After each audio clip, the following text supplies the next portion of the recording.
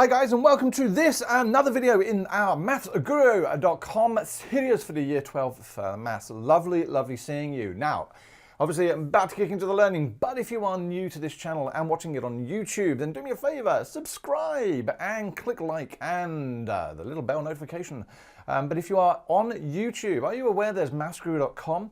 It's a place where all of these videos are loaded and are searchable. They have time codes, they have exam questions, they have downloadable notes, they have lots more than I can ever provide here on YouTube. So why don't you go over there and subscribe? It is free, or sign up. It is absolutely free for you to do so.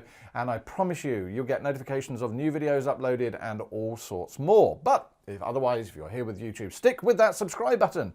Now, volumes and surface areas, we are continuing learning all the core concepts that we need here in this further maths course. And by the end, what do you know about volumes and surface areas for all of the key shapes which are being shown above? Cylinders, pyramids, spheres, cones, composite shapes, and cuboids.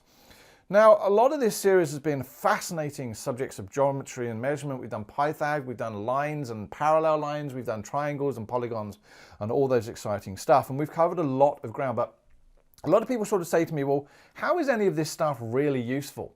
Well, DIY, if ever you do DIY, then I promise you, you are going to need that 3, 4, 5 stuff from Pythagoras theorem. And builders use that to make sure that, that walls are square, that floors are square, and all sorts of stuff. They use Pythagoras theorem every single day by using a 3, 4, 5 triangle. And there's an example of some dude who is absolutely using 3, 4, 5 to make sure that his wall joists and the fixings and whatever else are square.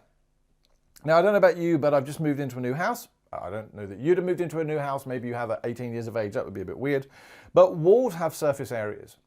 And you have to know how big the walls are to know how much paint you are going to need to buy to actually paint the stuff. You don't just walk into Bunnings or anywhere, home base or wherever you are in the world, and just buy 15 pots of paint on the off chance of buying painting a small wall. It doesn't make any sense. What about if you're doing some landscaping? You want to know the volume of stones you need to buy.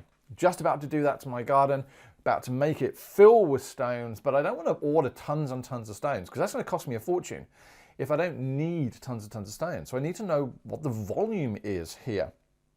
Now we're going to have a fairly quick run through all of the major shapes with lots of worked examples provided by Cambridge, the fabulous publishers who've allowed me to use their examples.